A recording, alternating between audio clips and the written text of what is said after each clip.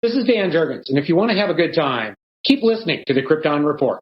Jason J. Lewis, the voice of Superman on Justice League Action, and you're listening to the Krypton Report. James, I got a question for you. What's that? What do you think would happen if Mr. Mxyzptlk's powers of the fifth dimension and all that jazz were given to the Joker? Oh, we're given to the Joker? Yeah, like if he got those powers, like what do you... It wouldn't make much sense. I mean, the world, as it is. Mm. I mean, just the level of power and control that Mixie actually wields. Yeah. Well, we're going to find out today as we enter what's called the Emperor Joker, which was coming up the next chapter. Oh, you have the actual book. I do. I read it on the app, but I got the book out so I could flip through it while we're doing this. So I'm not trying to go backwards through panels or... Good, because that will help me, because I have mine on my iPad, and my daughter was like, Daddy, can I borrow your iPad to play Roblox with Solomon? I was like, sure. And then I was like, wait, crap, dang it. So this will help us. Yay. All right. So this was our next Loeb Kelly era, what do you call it, story. And we are going to kick off and we're going to discuss Emperor Joker. And as we get there, James, just overall, like what are your feelings on just this whole as a whole, like just before we get into like spoil and break it down, because I had never read it until now, to be honest with you. It had always been one that I had seen, and I just had never read it. And yeah, so what is your like just overarching thoughts on the story, and like a letter grade? Okay. Well, I mean, I've read it before. I have the book. I bought it, and I've read it at least once, maybe twice before. So this is either my second or my third time reading it. I think it might be my third, but I think that it is a fun story. I mean, yeah, without spoiling it, like it's really fun. It's, what would the world be like if Joker got Mixie's powers? If he had control of fifth dimensional powers. Yeah, it's pretty wild at times. I think they skirt the line of comical and dark pretty well. I could easily see this being way worse. Mm-hmm. They certainly lean into the comical side, the like the comedian side of the Joker. With respect to how the world operates. And what's that? Well, Solomon, I was gonna say, Solomon, recently came to me and he was like, Dad, I saw some things about Batman universe. He's like, about Absolute Joker. And I guess they released a couple extra panels that I hadn't seen yet, other than that one. And he was like, oh my gosh. And he was like, this is crazy dark. And I was thinking, yeah.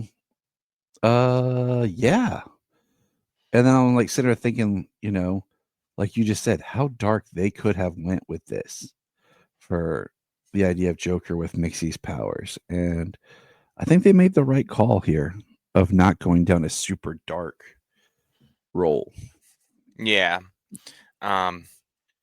There's some interesting Easter eggs throughout as well.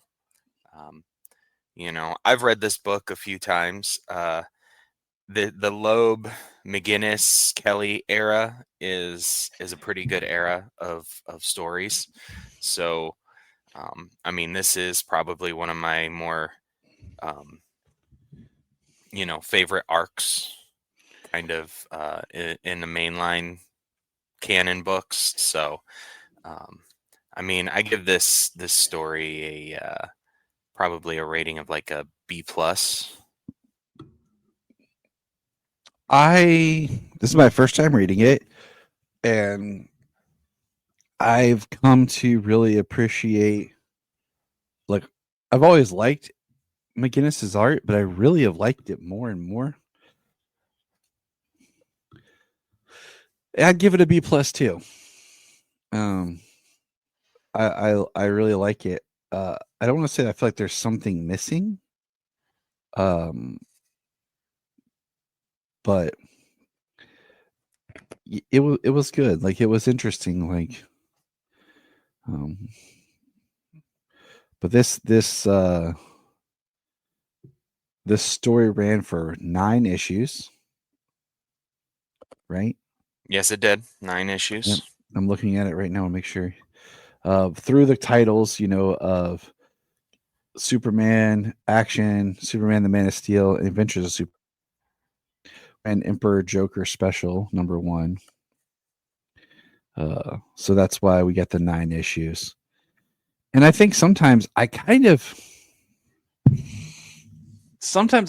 wish, like, a story like this, it had just been Loeb or just been Kelly or something, like, how, like, we get these stories now where, okay, you have Scott Snyder and Joshua Williamson writing the KO main books, and then you have the other people writing the tie-in books or whatever.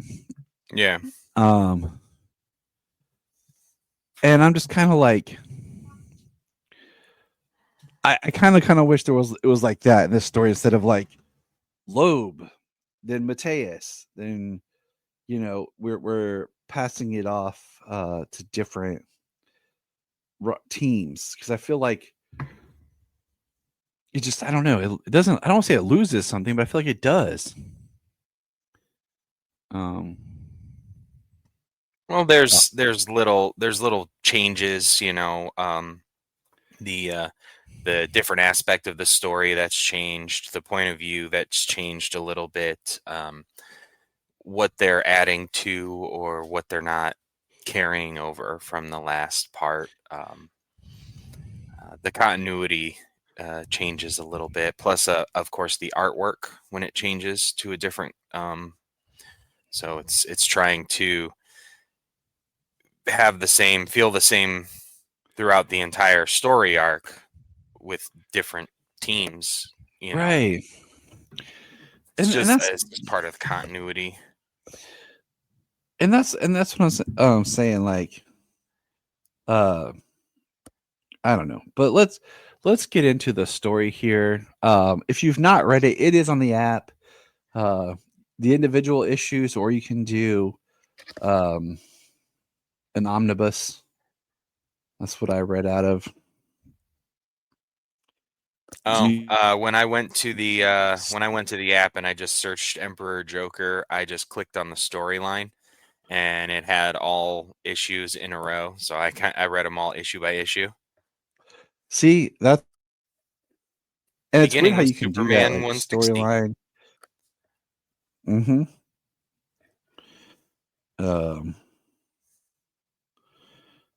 So, all right. Do you want to start us off? Sure. Yeah. I mean, Superman 160.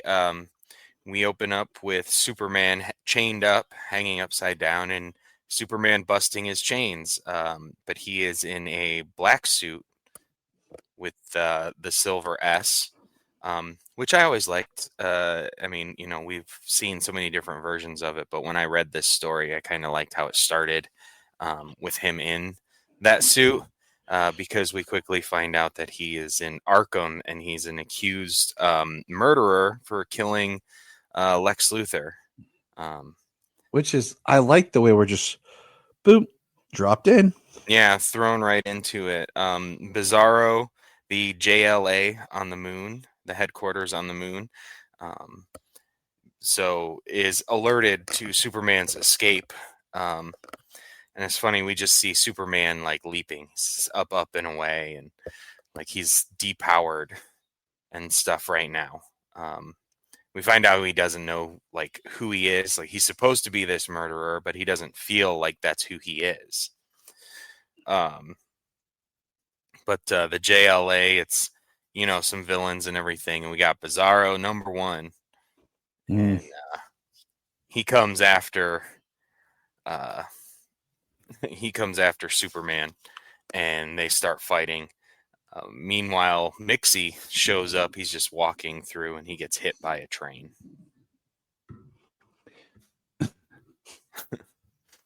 I love that's kind of on repeat for him. That's his day. Every day he's walking along and he gets smoked by a train. What's so much of this first issue is Superman battling Bizarro. And then he goes into headquarters and sees Lois.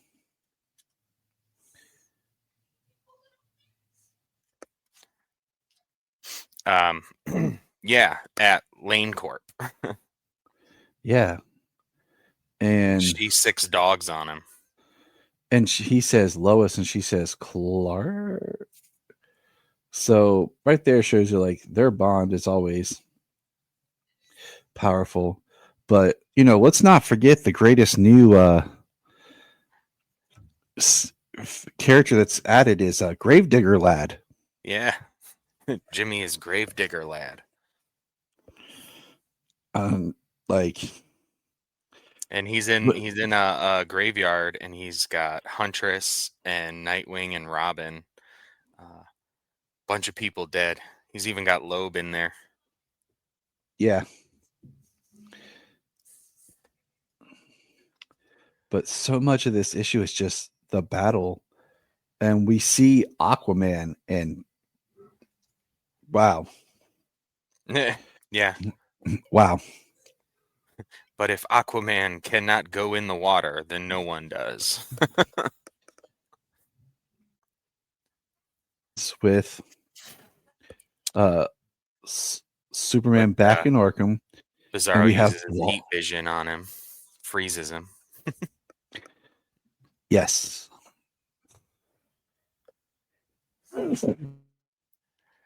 Excuse me. But yeah, Bizarro. We see that Lois is Arkham, and we see that Lois is bald. Yep.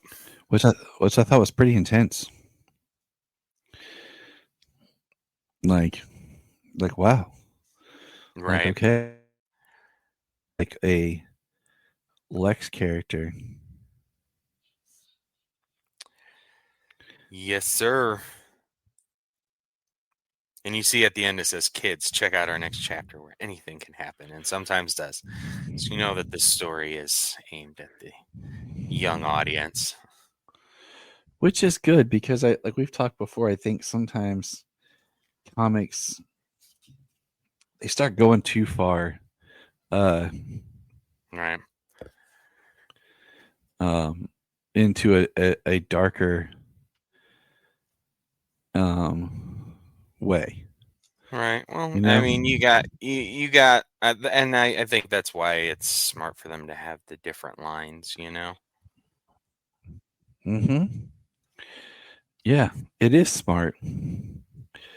Because audience like ourselves enjoy reading still, have something for the kids to come back and read, or else you're never going to cultivate future readers. Yeah. And once we're gone, like, oh, that's it. Tough break. All right. So let's get it. The next issue. What is The Adventures of Superman 582? So take us there, Skitch. And we've got we got Mixie walking along, and a safe falls on his head. And we've got a woman who's like a prophet. She's got the fire angel wings and everything, and Great Caesar's ghost. So Perry is like a Perry is like a cult leader or leader of some kind. It seems to be like a trans leader. They call her sister something. Yeah. But this is Supergirl with the fire wings and with the fire angel wings and everything, and she's seeing Superman. She's seeing Kal-El. It is interesting. Is like, that like if the Joker had Mixie's powers, like how he would be limited, like what he could or couldn't do, because it is crazy to think like he didn't just wipe out like all the heroes or depower all of them. He like messed with them. Yeah. Well, for him, as this whole book goes on, we see that it's a big joke to him for the most part, just screwing with everybody. Nothing is supposed to make sense, because in the Joker's head it doesn't. So, and I've heard like the Flame Angel Wings is some chapter there of Supergirl. Not one I'm familiar with, but I don't know if that's Matrix or we just discussed how convoluted her history is. Yep. And how with Supergirl Radio. It is, and we'll be diving into that more next year as we go through Supergirl stuff and yeah. But I mean, we've got Superman breaking out of Arkham again. It's kind of what he does every day. And it's kind of what happens when you're in Arkham. You just break out. Yeah. I mean, Rick Flag just said that on Peacemaker. Somebody's breaking out every month. They can't hold them. Like, so. Superman jumps onto a helicopter with Lois while it's raining pies in Metropolis. That's some good rain, right? He's captured by her, and like they're studying him, and then we get to see like the JLA, Poison Ivy, Gorgeous Gilly, Scorch, Ignition, Enigma. It's funny. They got lots of different villains here. Not quite sure where some of them come from, but it's like, can we scrape the bottom of the barrel anymore? right. And then they go into some other characters. We've got the Flash fighting what is it? The turtle. And the turtle bites Jimmy and turns him into the giant turtle boy. Which just seems like something Joker would just have a blast with. Yeah. Yeah. Something he remembers, I think, yeah, he has a blast with. Then we've got a guy who's like a mad character, like from the Mad magazine, but he's supposed to be like the serious person. But he's spraying seltzer water as like holy water to try and cleanse Supergirl. And he makes a joke. He makes levity of the situation, and he has Perry spray him. Dum dum dum. Yeah, he has been infected with her diabolical disease. So yeah, just doesn't make sense. It's funny. And we get Lois releasing Superman, and they share a kiss. And then it's back to Superman fighting Bizarro and Scorch. But Superman's getting stronger as it goes on, as the fight goes on. And Turtle Jimmy shows up as this angel Supergirl, and Lois doesn't know like what to do with herself. After Jimmy smashes Supergirl and then swallows Superman. And then we are Superman the Man of Steel 104. I love the cover art of like the playing card style. Yeah, hero and villain. Because we had Superman and Bizarro, Supergirl and Scorch with the flaming angel wings, and now we've got was it Bounty and Steel? Yeah.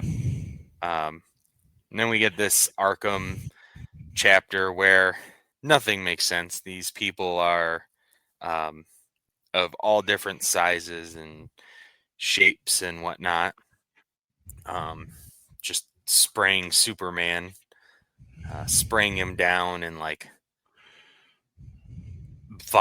just violating his space, just touching him all over his face and neck and head with his fingers.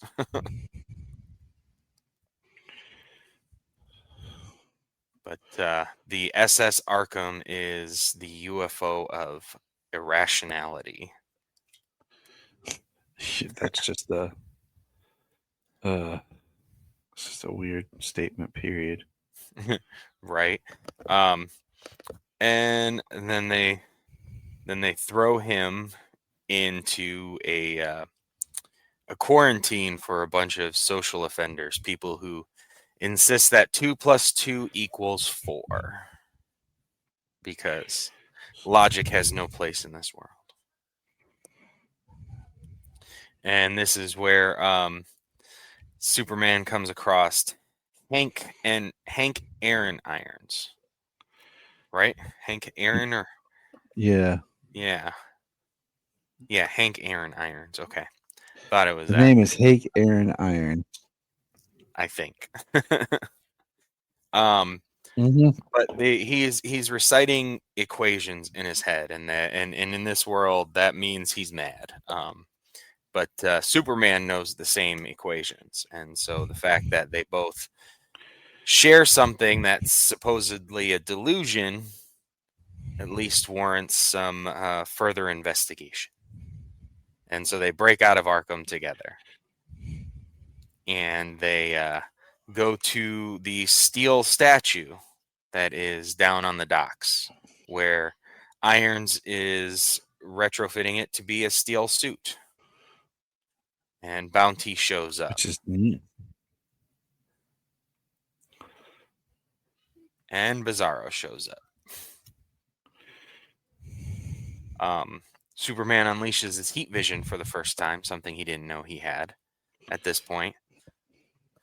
So he's starting to gain more of his powers back. And then Bizarro shows up. Yep. And John helps beat Bizarro. We see Mixie with the train.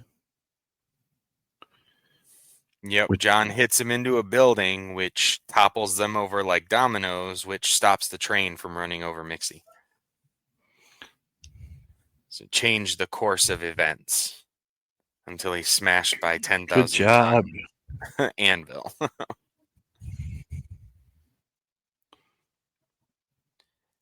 It's just raining anvils after that.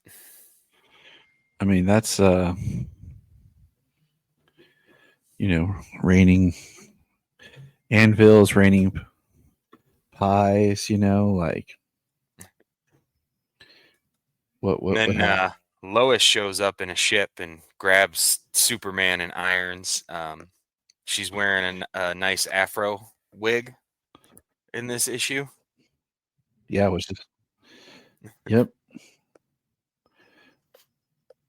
And then she throws them back aboard the SS Arkham.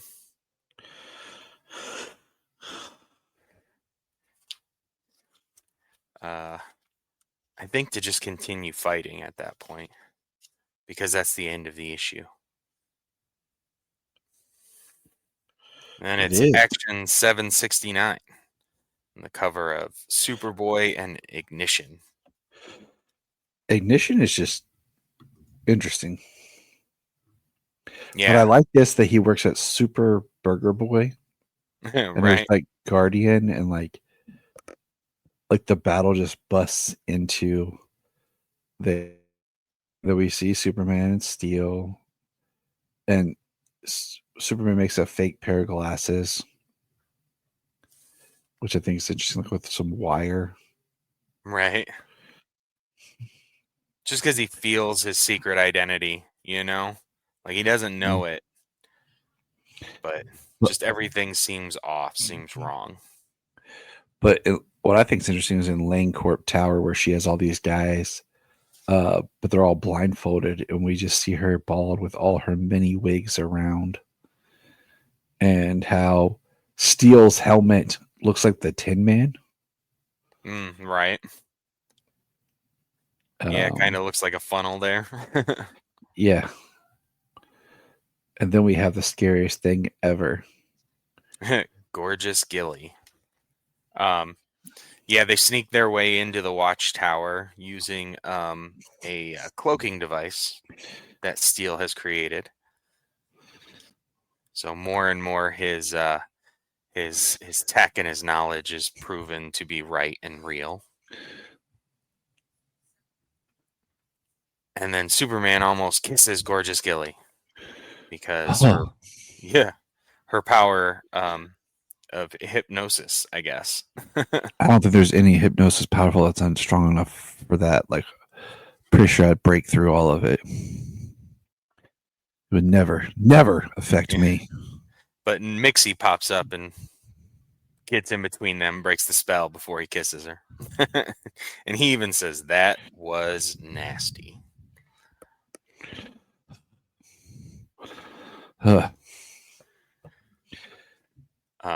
Super Burger Boy is completely destroyed and leveled by Bizarro, and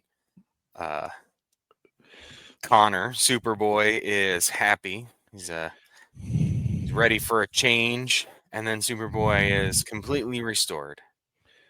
And he gets so upset that he uses his fists and his tactile telekinesis and destroys, the sidewalk, and is excited over the fact that he knows now that he has some powers. Yeah, because it's all destroyed. Yeah, I go home and turns around and it's rebuilt. Yep, and Guardian's like, "I'll see you tomorrow." And he's like, nah. Superman gets attacked by Ignition while flying through the watchtower. And that's a big old battle, and we get Mixie there kind of talking to Superman, showing him kind of what's going on, restoring a little bit of his memory of who he is and what's going on. But then from the moon, you can see that the Earth is Joker. It's square. Joker's face, it makes up all the land masses and continents. Because the Joker is messed up. Yep. The Earth is in his representation. And then we got Emperor Joker, #1. All right. And there we got Mixie and Joker upside down on the cover of this issue. And what's interesting is we haven't even got to the Joker yet.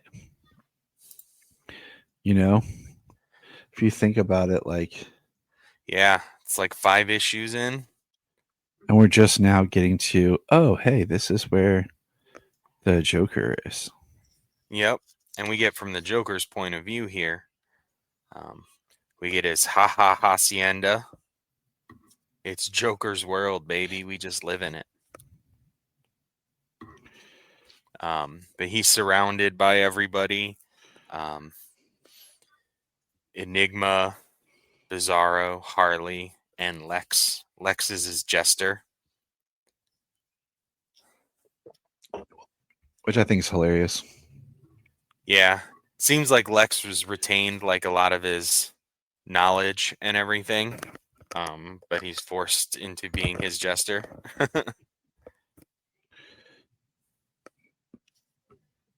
Well, yeah.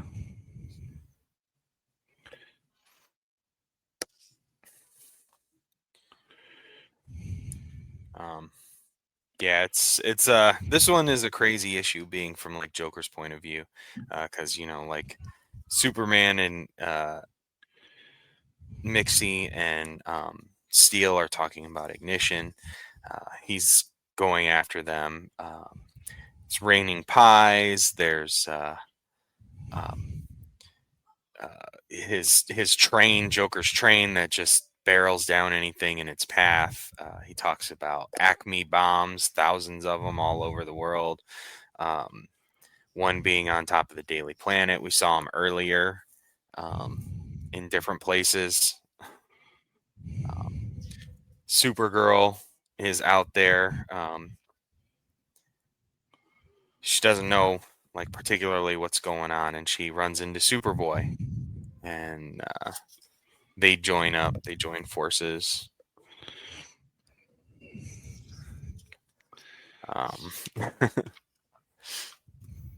So you got Lex here. If you want to kill me, then do it and be done with it. Anything is better than sitting here watching you with the power to control the universe. And all you can think of is how to treat some costumed heroes like toy dolls. It's like, shut up, Lex. Yeah, he slaps a big old metal plate over his mouth. Superman is in Smallville at the time, and then we get Mixie's explanation here about all their times playing games. Superman tricking him, making him say his name backwards, and so he decided to give Joker a tiny a fraction of a percent of his power, just for him to mess with Superman, and that turned out to be their undoing. Dum dum dum. Yeah, he messed up there. Yeah, he did. And then the Hall of Justice is for the Hall of Jerkos. And that's where we've got Aquaman, Wonder Woman, the Flabby Flash, Martian Manhunter, Plastic Man, and Green Lantern, who is a yellow paper lantern, terrorizing people with his shadow puppets. And then we see yeah, the best meta joke there is when the Joker is in Karak, and we see the three Robins, and Jason has a sign that says, "Why didn't anyone call in to save me?" Yeah. Yep. Yeah, you got Jason all blown up and burnt and everything. You got a dead, bloated Nightwing and a shot to death Tim Drake.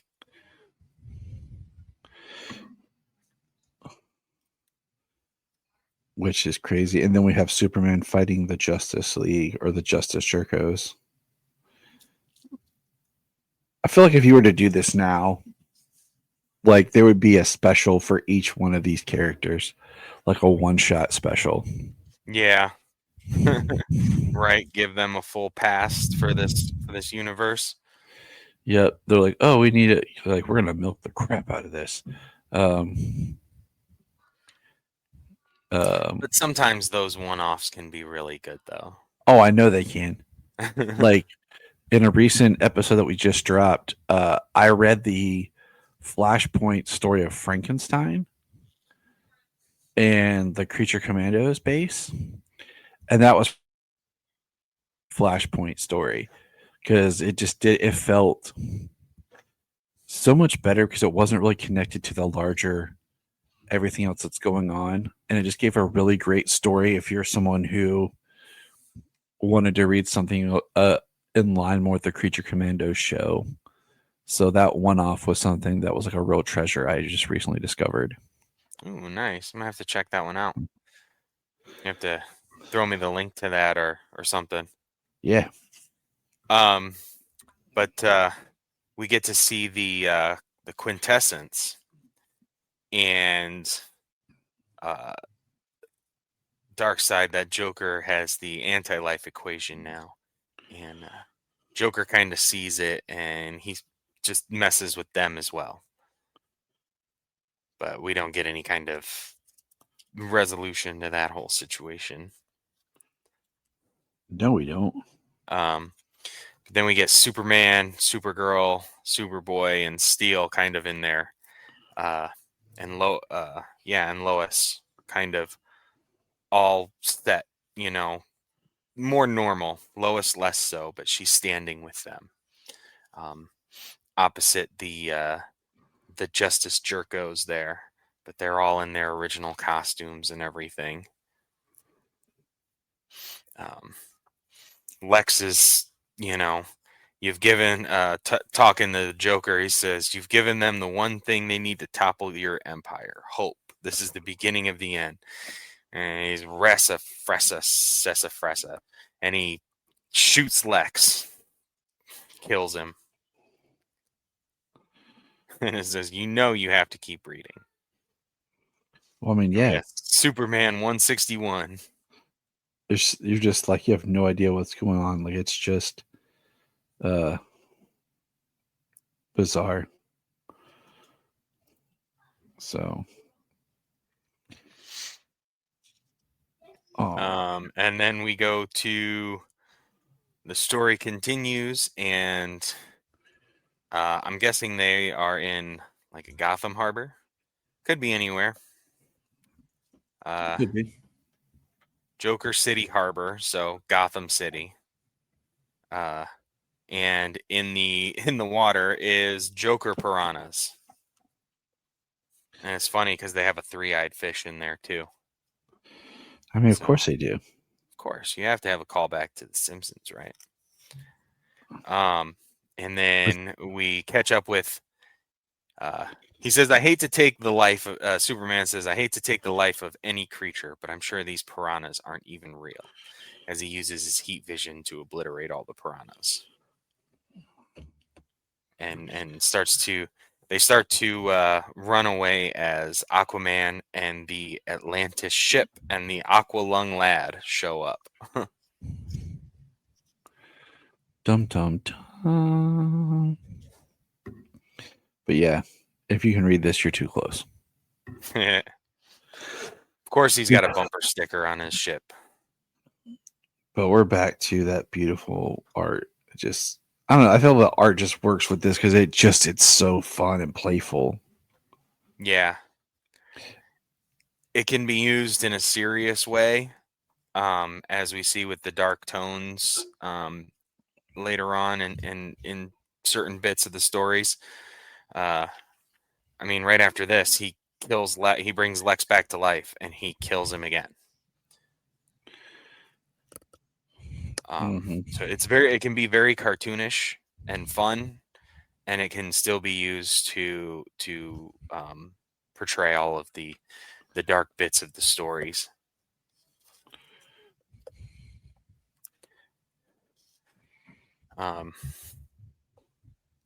Superman kissing Lois again. And he's going to keep working it. Yep. He's going to keep going until she remembers him. He's like, you will remember me. Yep. And then we got Give It Up Now, Bounty blasting a gun. Kind of traces them like Darkseid's Omega beams. And they bring them all right back to him. And they blow up Bounty. And then they start fighting Ignition and Bizarro #1. And I love that Superman just smashes his Bizarro #1 and kind of like makes him sad, and that's how he defeats him. He runs off. And I mean, of course, I don't know if you said it yet because the kids are running behind me, but Superman's back to his regular suit now. Yes, he is. He's in his regular suit. Supergirl is in hers, and so is Superboy. And Lois shows up to the Joker, and we hear the loud scream. Something that we haven't really touched upon is every night at the same time, there's this loud scream. And it's like projected over everything. Like everybody can hear it. And Superman hears it, and he goes and he finds Batman dead. Painted or cut, whatever, with the Joker's grin across him. And that's the end of the issue. And it's what's that? At the end where it says the Dark Knight returns, but not how you think. Yeah, right. So because it's pretty awful. The Adventures of Superman 583. Got the cover with an angelic Supergirl. Superman. It opens up with Superman before Batman's dead body, hung by the cape, staked to the wall. He takes him down. He buries him, gives him a tombstone, and out he digs. Batman digs his way out of the ground. We're with Joker and Lois. I have the hots for Superman written on her face. I mean, of course. Steel tries to well, he just gets slammed against the wall. And he's back to he has more of a regular mask now and not his Tin Man mask. Yeah. Mm-hmm. So I thought that was not sure why Gravedigger Lad is saying Shazam. Right. I thought that was very interesting. But nothing happens.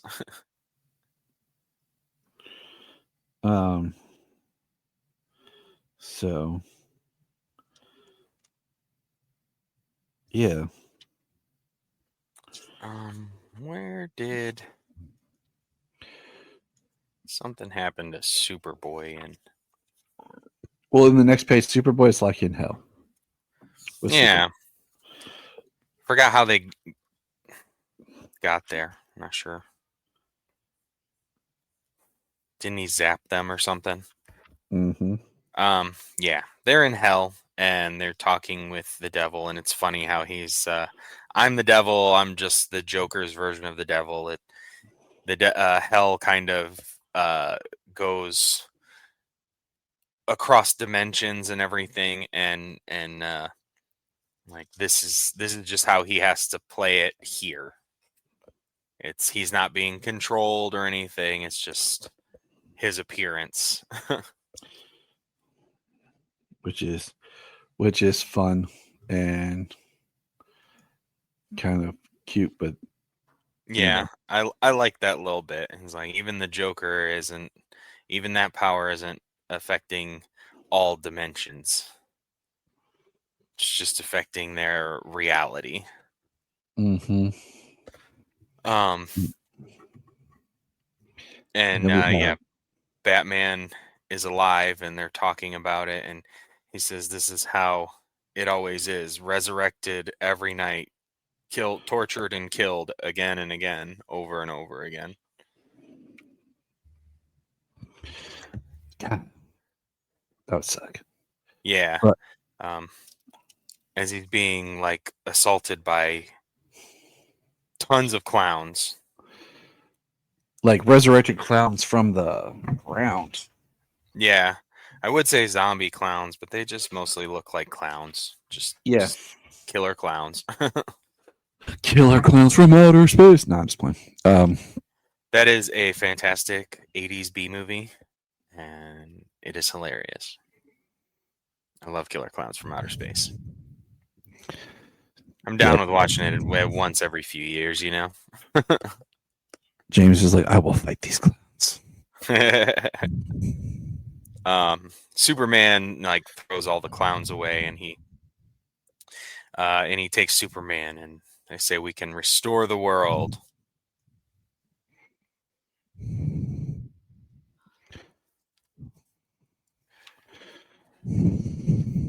We're back in hell, and they basically they're not going to hell, and they're back in the world. They're just popped in. It's like, welcome back. Aren't you the least bit surprised to see us just popping in like this? And Batman's like, no. Yeah. No. And then Joker shows up as Caesar. Kind of throws them all into a coliseum to fight the JLA versus the Justice Jerkos. Which is interesting.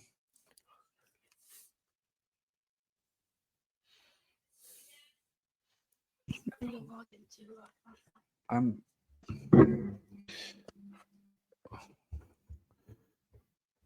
like the giant battle though.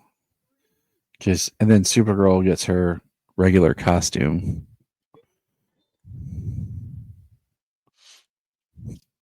Yep.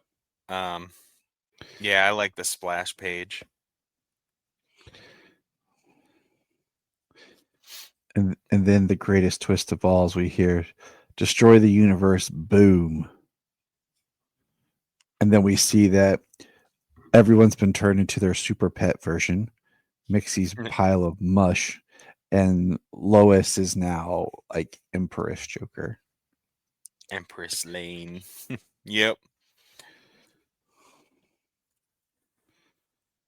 And which takes us to Superman, Man of Steel 105. Yep, Lois betrayed. Yeah, Lois betrayed him and brought out the kryptonite. Tonight. Yeah. Yeah, we got a statue of steel and bleeding, wounded Batman and the universe breaking. Superman is Crypto, and Superboy is a monkey, and Supergirl is the cat. Steel is the horse. And Batman is shackled to a giant Joker wheel. I mean, that would suck. Spun around by a bunch of goofy little executioners. Superman gets crushed by a giant fire hydrant. Ironic for a dog to be smashed by something they pee on. I mean, yeah.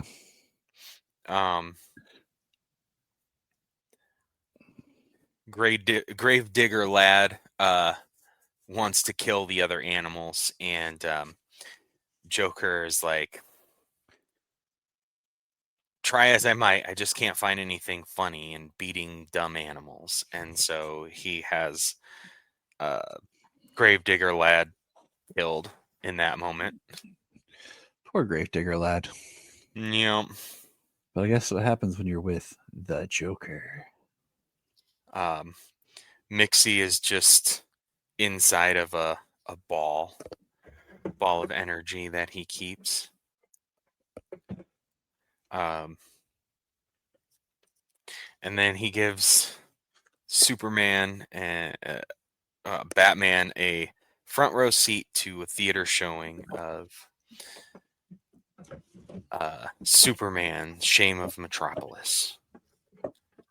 And it's kind of a Batman-ish story. Superman walking down the alley with his parents, standing up to criminals, and the bullets bouncing off of him and the walls and ricocheting and hitting his parents and killing his parents.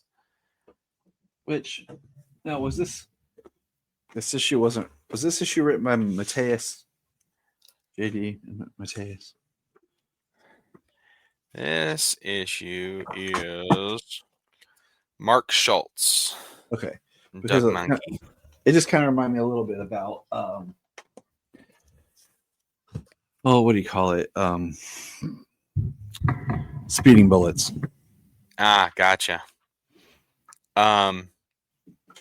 And then we see Superman is a comic. Clark is a comic artist where he's drawing the Justice Jerks all in their Justice League forms. And you got Hank Irons there with him saying those aren't authorized illustrations and you have to destroy them. And Krypton Man shows up and he sees him and then Clark says no and whacks him away and throws him, and all the ants, all the artists or people are killed within the comic studio. And he runs off, his shirt ripped open with the Superman symbol, and it's like, see, Superman's a mass murderer. It is. And he goes home to his children, which is Superboy and Supergirl, and they're talking about his rampage on the radio that reports he's killed millions of people. He hugs Supergirl and breaks her back and snaps her. She's dead. His heat vision, emotionally stricken, his heat vision blasts and kills Super Burger Boy. Which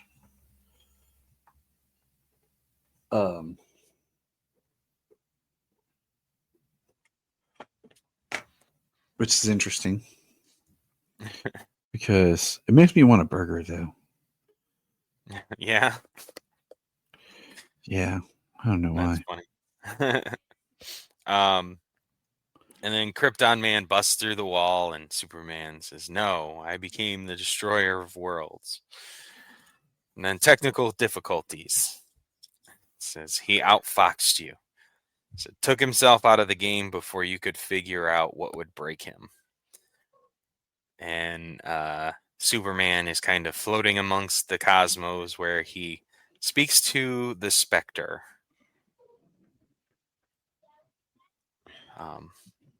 Joker being on the brink of unraveling everything.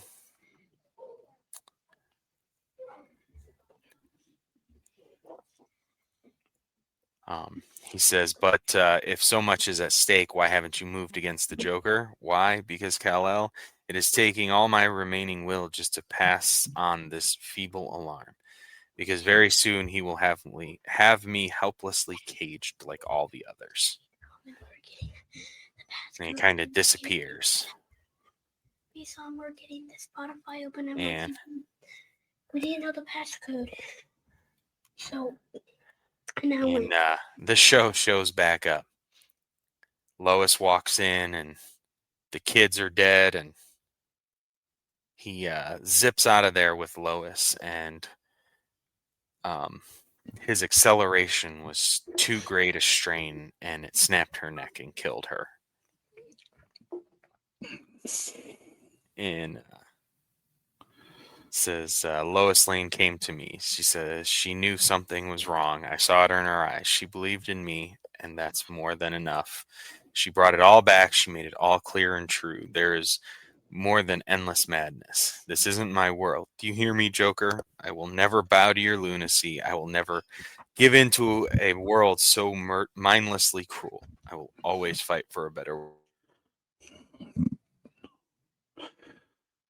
Yeah.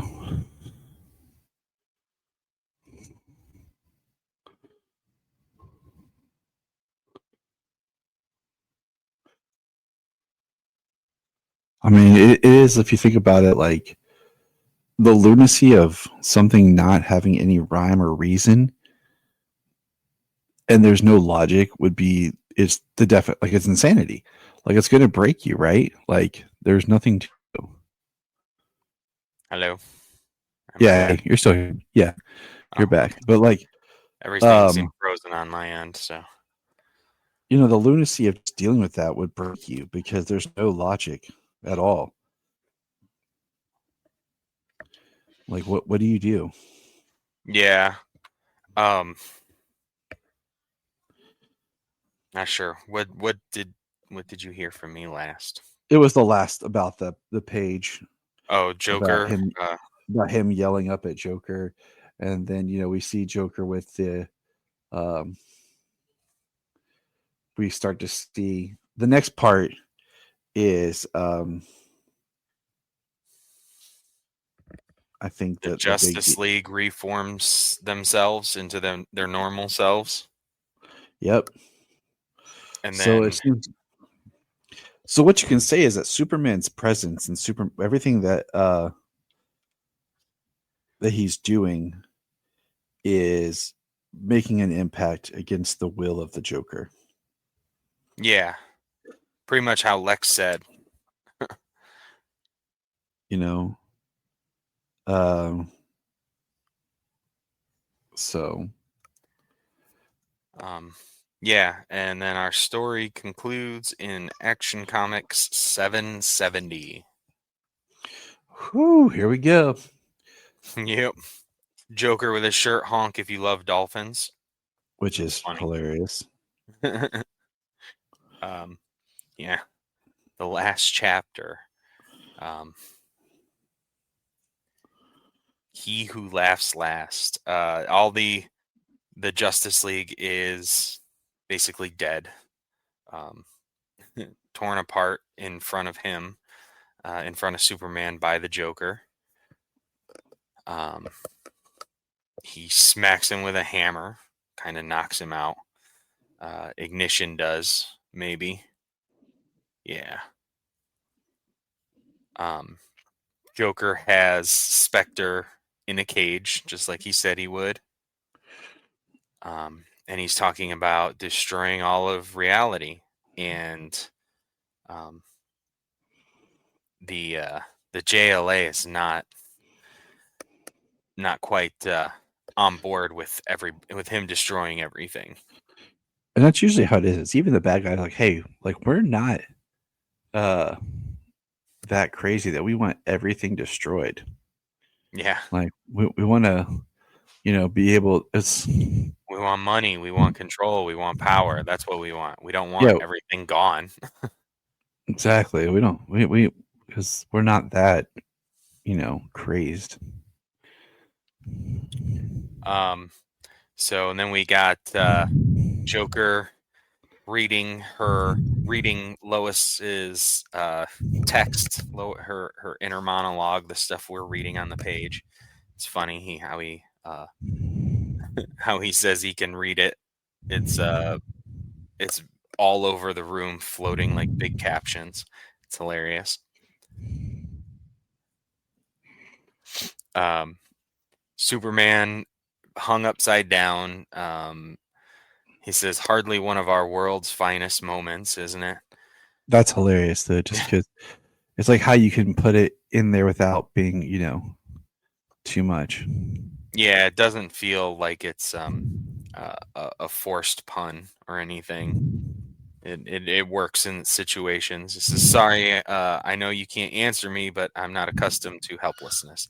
I don't know what to do with myself. How do we stop a psychotic with the powers of a god?" And Batman is clicking with his teeth in Morse code, and he tells Superman to kill Joker. And he says, like, "Good Lord, what has he done to you?" And this we can hear a flock of vultures swarm in and rip Batman apart. And he goes into detail about how he can hear it piece by piece, flesh being stripped and him being eaten, and saying that he's gone through this every night since the madness began. Every night he's tortured to death. The only constant in Joker's nightmare. Every night. There are many ways to kill a man. listening to my friend disappear in chunks down the digestive tracts of demons. I go through them all. That is harsh. Yeah. And then we've got the JLA and Lois getting Lex. Harley questioning if she will, if all her years of service and love and care would kind of gain her something, would count for something for him to spare her while destroying the entire universe. And he gives her a kiss and he says, "You're right, Harley. It should count. For all your tears of service, you get the best seat in the House of Armageddon. Say goodnight, Harley." And he puts her in the stars in the sky. Which is crazy.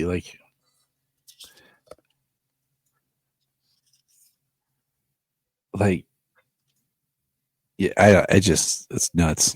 Right. Like, is that meaning anything to him or not? You know what I mean? Right. Like he just wiped her away. And then Ignition sneaks up on him and blasts the Joker. And Enigma saying, "Luck has." They said that they got a lucky shot off. And he says, "Luck has been excised from the equation, Scorch. The Emperor indicated on numerous occasions that he did not create Ignition and was dumbfounded by his existence. Therefore, I surmise that he would be unable to read his mind or sense his presence, allowing for a close-range attack targeted by Schism." And I was right. And while he is discussing the creation of the New World Order, Joker sneaks, doesn't sneak, he's giant, and he comes around the corner revealing himself. Everyone is too scared to do anything. And Lois goes to free and kiss Superman, and the Joker, giant Joker, says, "Et tu, Lois." Mm-hmm. And Joker is God, and he is everything. He wins. He's already won. But the best is when Superman comes flying and like flies through his head. Yeah.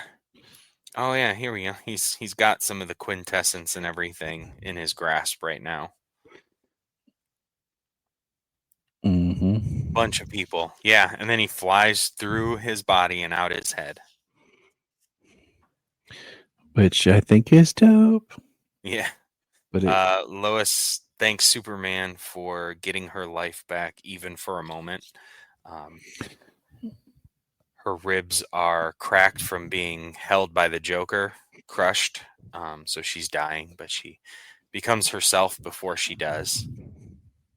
And Joker says, "You made my face go explodey and swam through my guts. I felt that." Before he and sends him flying out into space, where Mixie tells him that every universe, even this one, has rules, and it's just Joker's rules. So what are his rules?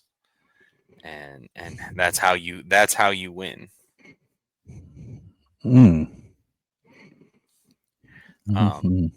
Joker starts basically playing marbles with the planets, like flicking them at each other, and they're being destroyed. Superman attacks him as he's gonna kill him, and he says he won't. And that's when Joker is disappointed, and he reaches in and rips out his heart. As Superman clings to life by holding on to a sun to fuel him until he dies.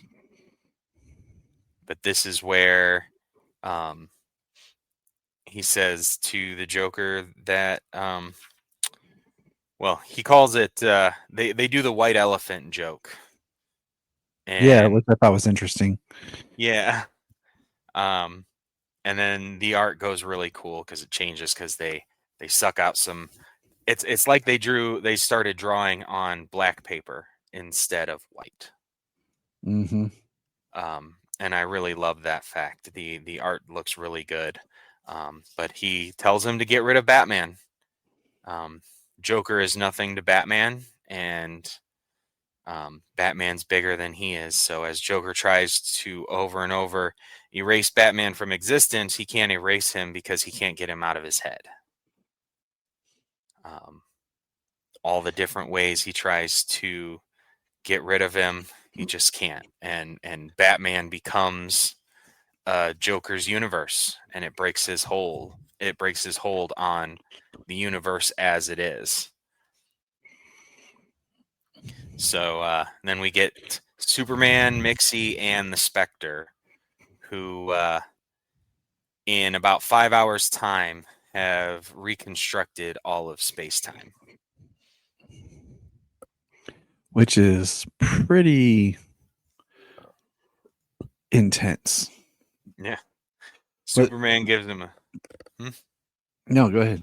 No, Superman gives Mixie a threat that if anything is wrong, anything is different, he's going to be saying his name backwards through a wired jaw next time he shows up.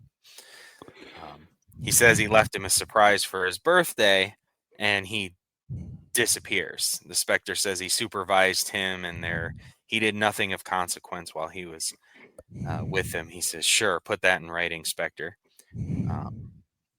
But despite the reconstruction, there are casualties to address. And Bruce Wayne, Batman, is broken. He remembers everything. He was killed and tortured for who knows how long. And yeah, he's just completely broken. He wants Joker dead. He wants it to mean something when he dies. That's something he says. But saying that that Bruce is just a man, that he will not survive this. And he says, "We just put the universe back together. For pity's sake, do something." I cannot. He has kissed death countless times. He has been to the end of the universe, Kal-El. Such memories cannot simply be erased. They must be excised, taken. And I cannot do that unless someone is willing to carry them in his stead. Someone who understands the gravity of stealing a man's memories, his pain. And Superman tells him to do it. He says, "Done. Mercy on both your souls, Kal-El. Mercy." Which I think is the greatest culmination of this entire comic. Yeah, that Superman takes He takes on the pain. And I'm saying this now, and I said this before, but if James Gunn decides to bring together Superman and Batman in his new universe at any time, he needs to have he needs to pull from the Loeb area of writing, because I have loved everything that I have read recently, and I look forward to more reading with you of Jeff Loeb's Batman and Superman together. Yeah. They do have a really great relationship at this time. And that's what we need so well. That's what we need to see on the big screen. Yeah. Like, I think that they have their oppositions, and I think that they do, over the years, it does come ahead, and they do and they would fight each other from time to time, but nothing in the respect of somebody has to die. Right. But that they know each other so well, but their end goals are the same. Their paths there. They have problems with each other's paths, even though they respect what's supposed to happen, what the outcome is. There are certain things that Superman would not condone, and vice versa. Batman condones the things, but he thinks he's just too soft in certain aspects. Mm-hmm. But we get the Daily Planet and temperature being the top story, the page one, which is probably a good thing in the recreation of space and time at this point right now. Very dull. We don't want anything big hitting. Superman is talking to Lois kind of about it. He believes that everything was a dream. A dream that he had. Because only wasn't quite him. Bad skin. He talked funny and said, "Me, am your biggest enemy" a lot. Lois is quickly snatched up without being seen.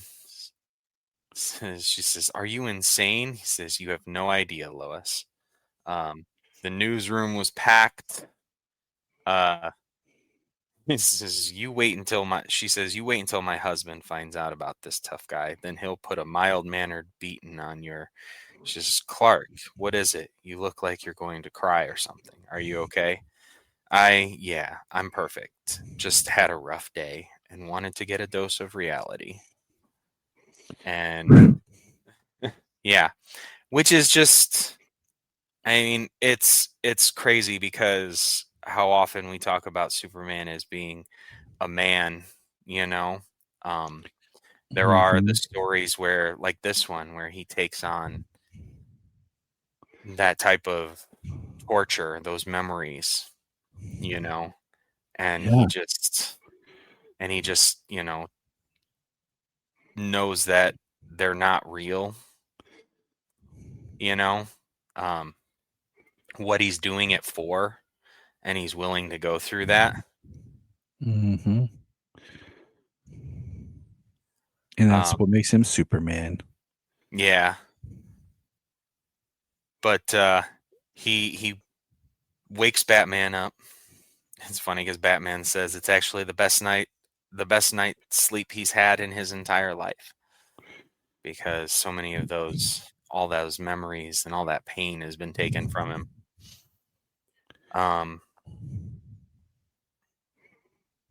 And he said he wasn't dreaming, but just questioning that he had a hunch. Superman has a hunch that the Joker could be up to something.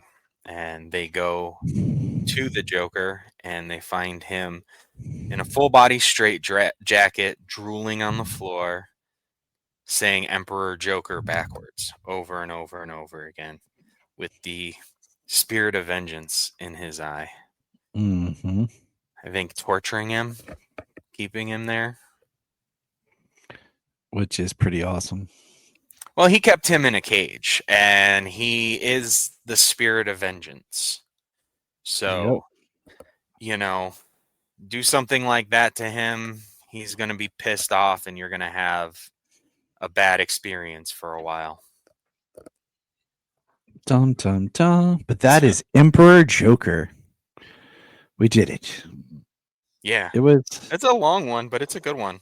It is. It's a thought-provoking one too, and it definitely shows the depth of the relationship of Batman and Superman. And I appreciate that.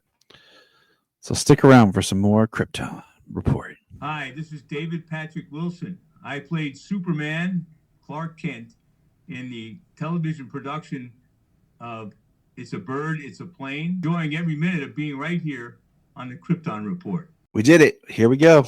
It is the end of Superboy, the last 3 episodes of season 1 of Superboy. James, how are you freaking feeling?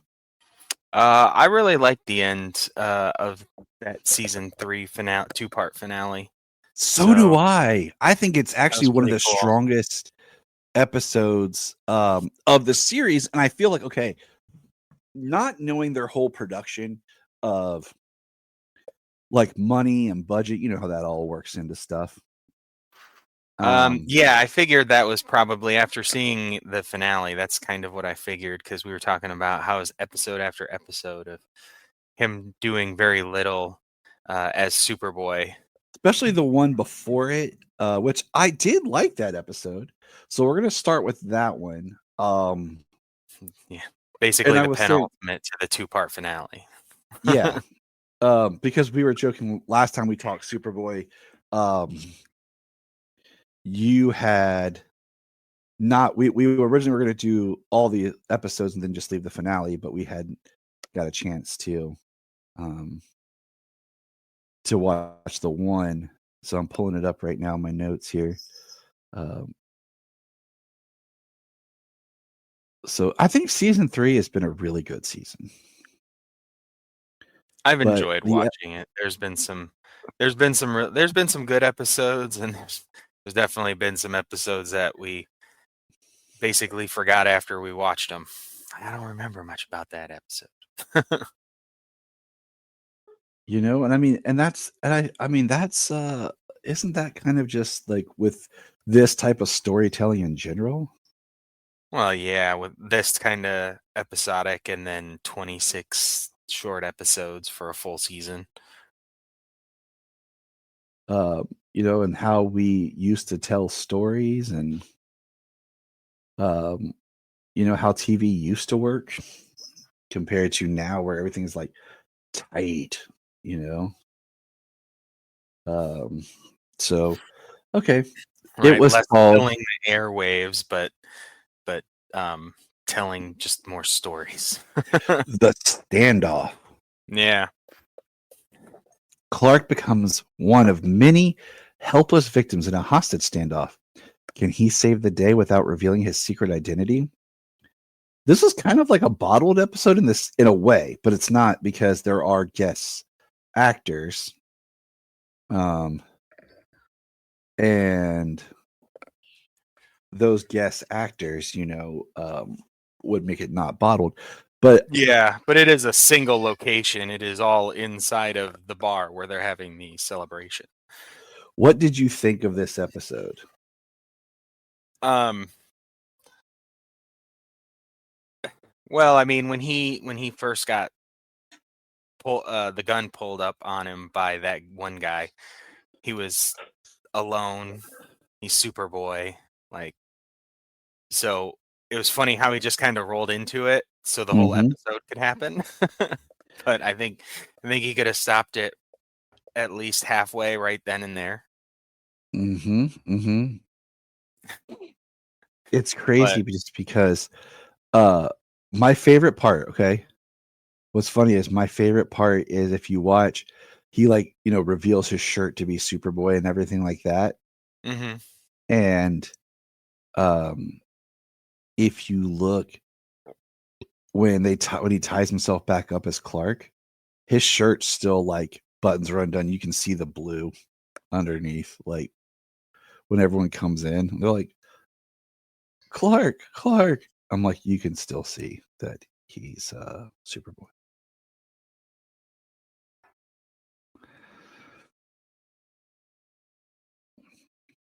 Just saying, my favorite part, you know. Yeah, I mean, when he just pulls it open and he's like Superboy, and then he's like, he's Superboy. Well, I'm just saying, like, he slipped and fell. Yeah, they're like, because if anyone else shows back in, like, they're gonna see, oh, he's really is Superboy. Like, Clark, you're tied up, but why are you wearing a Superboy shirt underneath? No reason. Why are you wearing the suit? It makes me feel strong and powerful. That's hilarious. So, it was a fun little episode. You know, and like how they had to keep trying to turn people away, you know, like, hey, yeah, we're busy in here. We're busy. Leave us alone. Go away. And people are like, what? So I found that fun. But let's talk about these last two. Yeah, I think that's the ones we just rather talk about.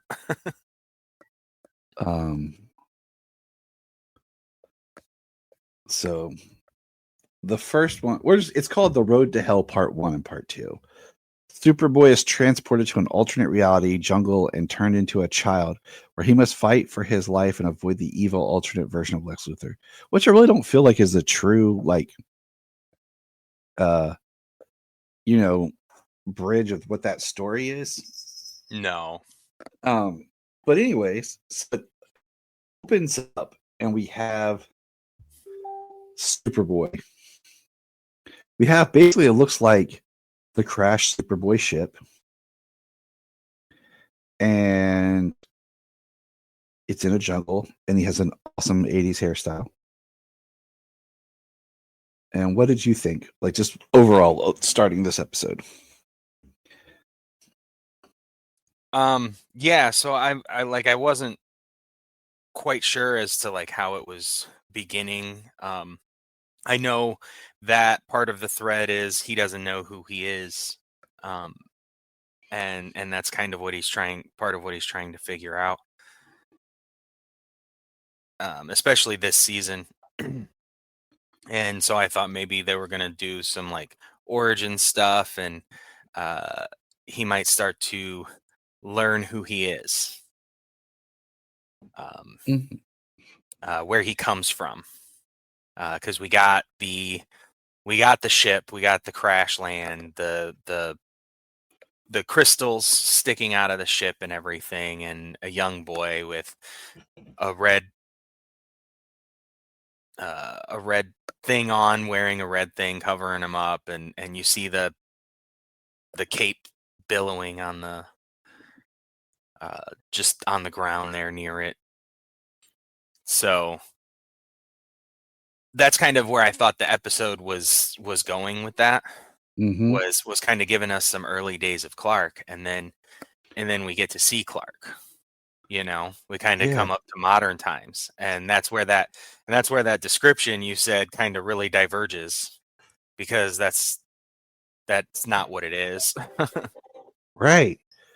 And it's an alternate Earth of Clark, where he landed in a modern time. Yeah, he got delayed. He didn't show up at the time that he normally would show up.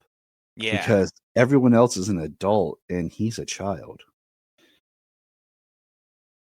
Yeah, Lana's an adult, Lex is an adult, and yeah, there's a whole bunch of stuff like that. So,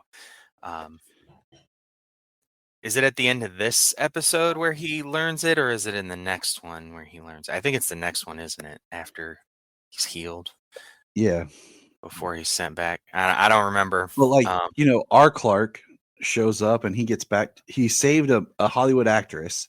Then all of a sudden, like, he gets removed from the timeline or something because he sees Hollywood actress dies. I was gonna say if you have if you had her name. So what we get to see is somebody we've seen earlier in the season. In some other time portal episodes, parallel Earth episodes. Dr. Werner or something was his name. We've seen him before. And apparently there's like a dimension that kind of watches other dimensions and, does a little bit what they can to help out. And they actually pulled Superboy from his timeline, where he had just saved that actress, to another timeline where now that actress died in that accident because he wasn't there. He wasn't there to save her. Because he's a child who just crash landed in the woods, however many months or couple of years ago at most. It's pretty crazy. You think about it. Yeah. And both of these episodes directed by David Nutter. Yep. I was about to say, the great David Nutter directed both of these. So that is right there, just really great.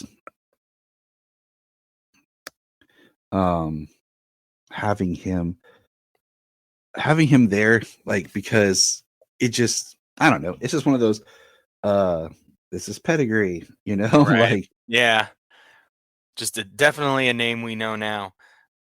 What did you think about Lex Luthor going from like the stuttering guy who almost seemed like the woman's assistant to like the Lex Luthor that we kind of recognize, except for not as like crazy and screaming like? Well, I was a little frustrated at first. I thought, oh, this is kind of a nice, compassionate Lex, and I was like, nope. But I think Sherman Howard is so appreciated as Lex. Like, I liked him more as Lex in this episode. I liked his Lex in the last episode, Mind Games. The one that he wrote, that was a fun one, but he still had some of that like wild, crazy cackleness and stuff that he's had, the screaming and everything that he's been doing since he showed up. But in this one, he's been able to play so many versions of Lex on different Earths, so he's been able to grow the character in that way. He's just really shown that he has range. Like, and I love that Sherman Howard also would come back to the DC world as Derek Powers in Batman Beyond. But the whole stuttering Never I thought missed was a great. chance to remind everybody he was Derek Powers. Yeah, because I loved the first season of Batman Beyond a lot. Mm-hmm.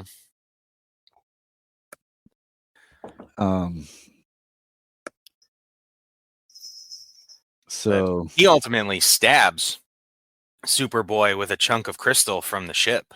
Yeah, he does, and that's what's great. Our Superboy. Let's just kind of not the child Superboy. And they trick the child Superboy, saying that they're his parents, that he was taken, and that all their money was taken by the bad people and are held in banks.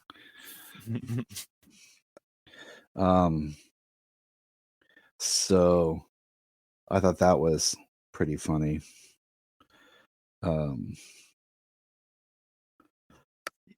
We can't, son. Our money's held in banks.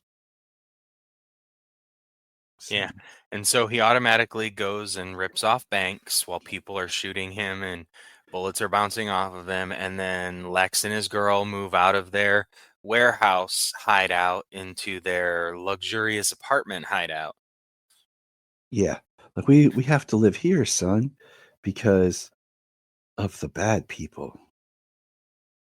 So like you're just like, man, this dude is evil. Laying on his kid like that, but what'd you think? Well, I mean, he was an evil person. He was gonna kill the kid and stuff. Yeah, and then I mean, that's even later on. I he's like, jumped ahead, but he's like, I'm gonna kill her. Well, I mean, it's a 2-part episode, so we do see that Superboy gets stabbed, and what do you call it? He gets stabbed, he gets hurt, and they pull him out, and he goes to the lab where he's being treated and he's being healed in the future by the good Lex. Which right there, that enough right there should make you go, that's scary enough right there. The good Lex. The good Lex, yeah. He is a good Lex, though. Yeah, and he was raised basically by, drum roll, please.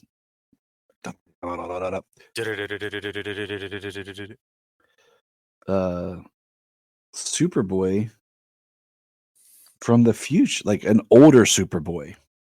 And was he raised by? That's what I took it as. Basically, he okay. raised him and and changed Lex's future, and that's how I took it. Well, he absolutely could, because we find out that the time warp this one landed on his Earth during the Great Depression. So he's much older. He's been around a lot longer. And he's played by Tarzan, one of the many actors who played Tarzan. One of the many, yes. Very many who have played Tarzan.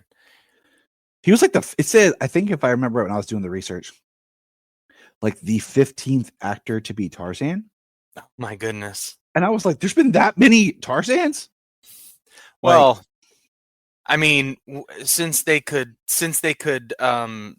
take pictures in a reel like that, you know what I mean? They could just get a guy out in a loincloth and some trees.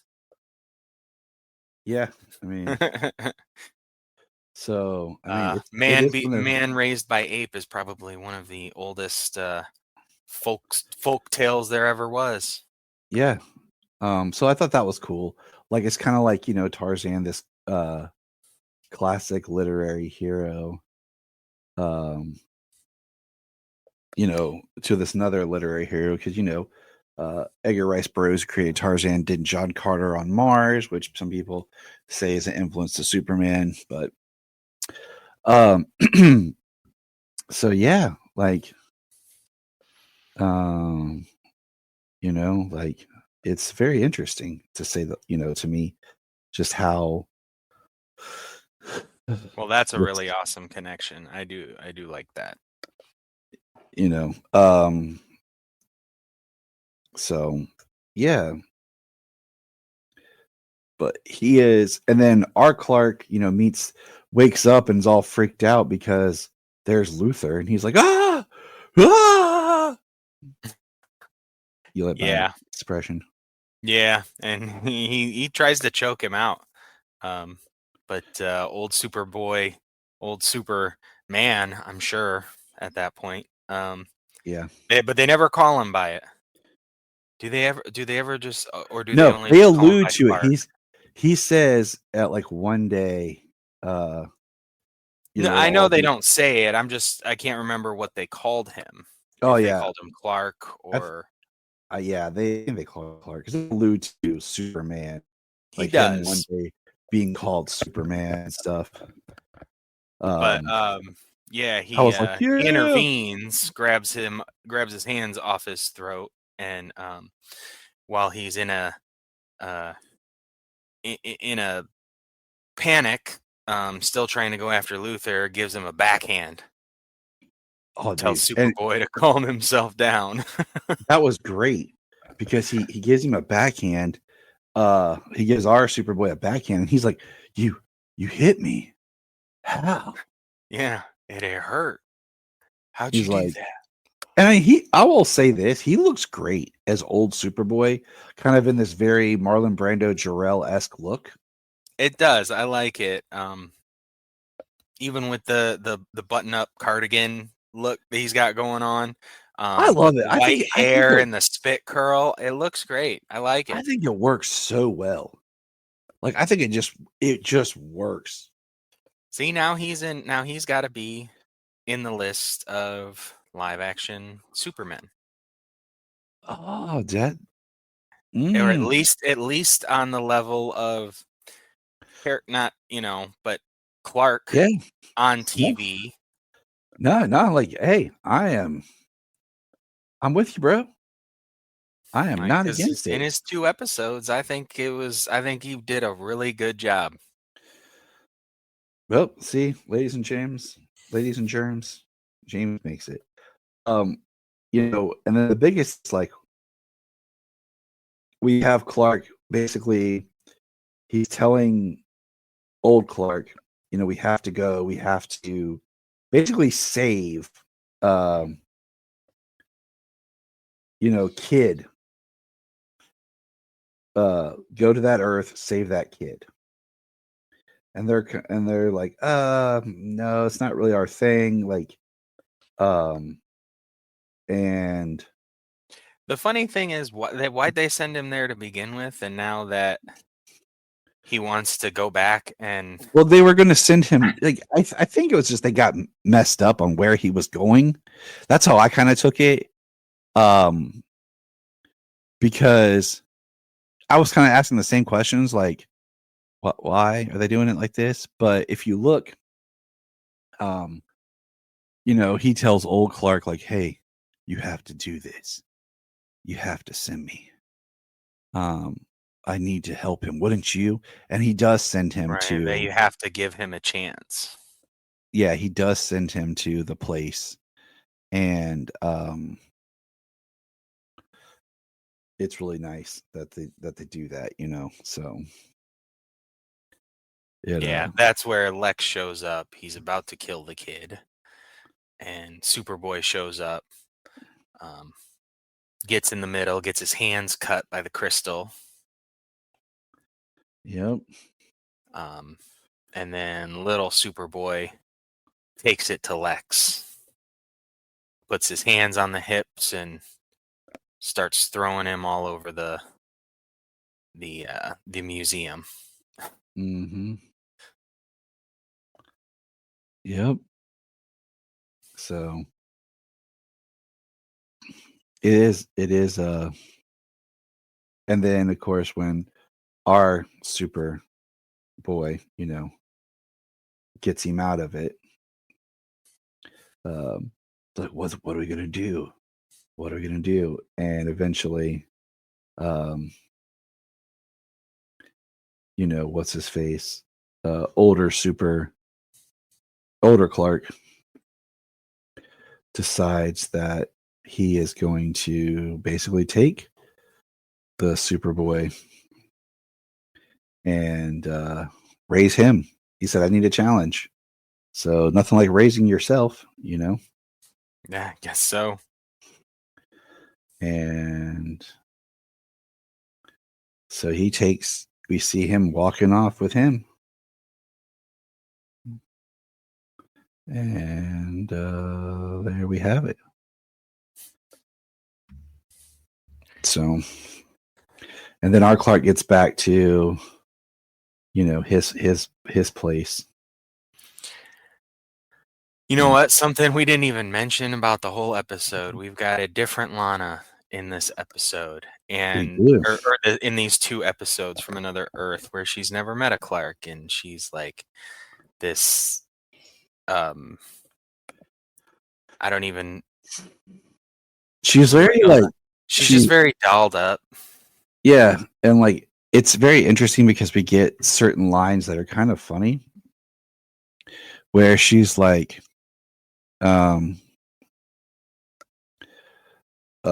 like when Clark gets back, I'm like, all right, who put me up to this practical joke about, somebody getting me a sandwich or whatever, like, and like, no, Mr. Jackson, don't you know me? Get out of here, kid. I don't know who you are. Right. Yeah, Clark being in a world that he doesn't even know. Nobody knows him. I feel like, okay, that I get that scene, but at the same time, I'm like, okay, you are seriously taking up so much time. Like, I'm like, because this whole part right here, like, just, we get it. You sold us the fact that,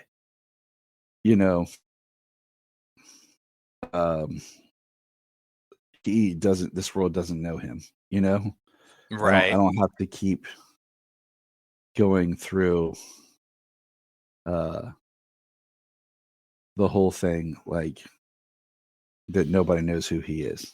Yeah. Well, luckily that didn't last too long. But then Lana catches him changing into Superboy. So then she calls him out, and then he actually changes in front of her. Always says he wondered what that would always feel like. Yeah. And then he's like, I have to go. And he leaves. Yep. Got to go back to his world. So, yeah. I mean, it's a really good episode. Like, it's almost one of those, like, hey, if I was, introducing somebody to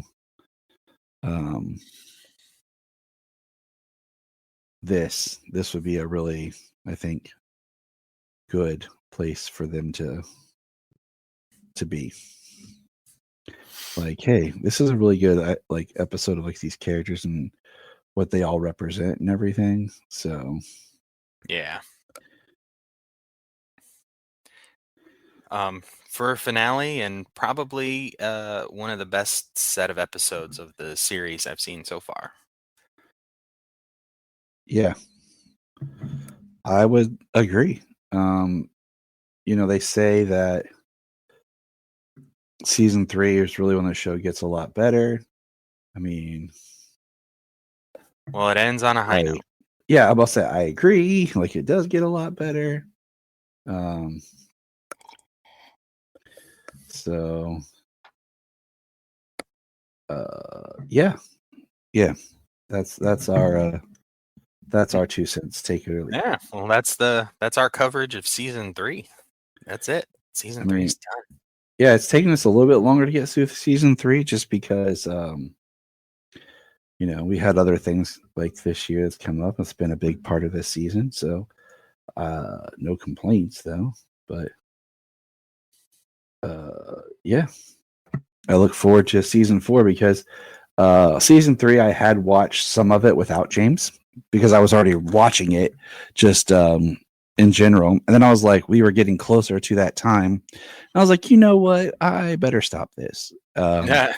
Yeah. So I never officially finished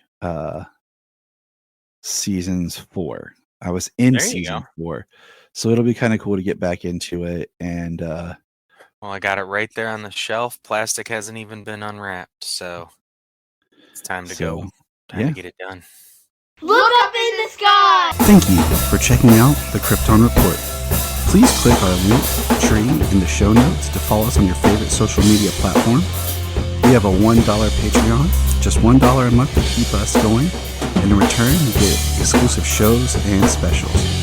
If you want to join us on an episode, send us an email or a message.